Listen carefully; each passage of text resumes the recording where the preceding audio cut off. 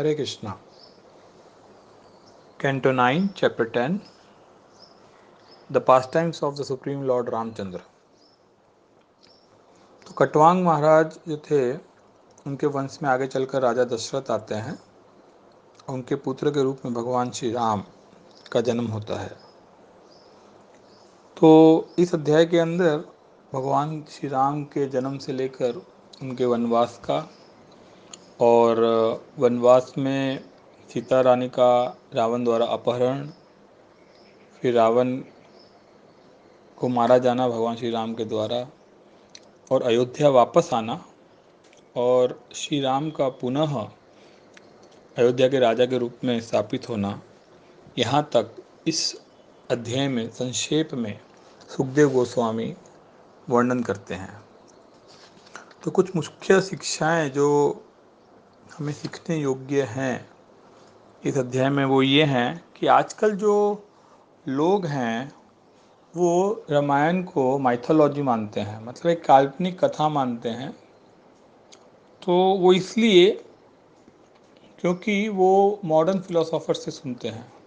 लेकिन अगर हमें भगवान के क्रियाकलापों को समझना है तो वो हम एक तत्वदर्शी व्यक्ति से समझ सकते हैं।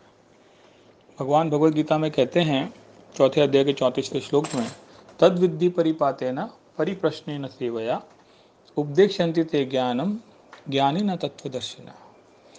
भगवान कह रहे हैं तुम गुरु के पास जाकर सत्य को जानने का प्रयास करो, उनसे विनीत होकर जिज्ञासा करो और उनकी सेवा करो।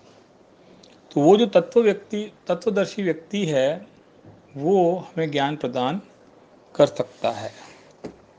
दूसरी शिक्षा ये है कि जब भगवान श्री राम ने रावण को मार दिया तो रावण का बड़ा ही ऐश्वर्य था और बहुत ही बलशाली था, क्या नहीं था उसके पास।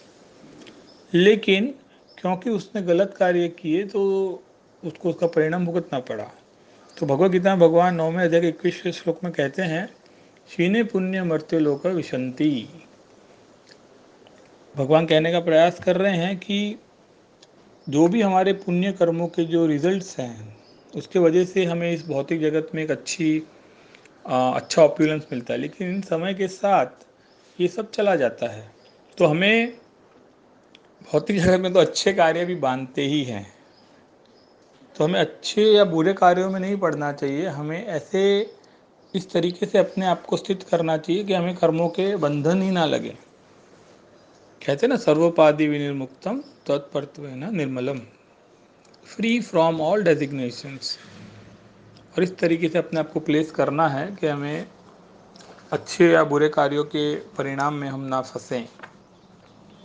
और लास्ट शिक्षा जो हम ये ले सकते हैं इस अध्याय से वो है, यहाँ पे ऐसा कहा गया है कि जब भगवान श्री राम जो है वो त्रेता युग में आए थे, लेकिन उनका रूलिंग इस तरीके से था कि वो सतयुग जैसा प्रतीत होता था।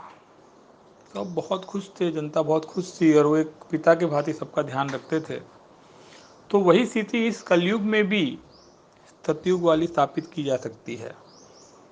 श्रीमद् भागवतम में कहा गया है, कलेर दोष निधे राजन अस्ति है एको महान गुणः कीर्तनादेव कृष्णस्य मुक्त संग परम विजय।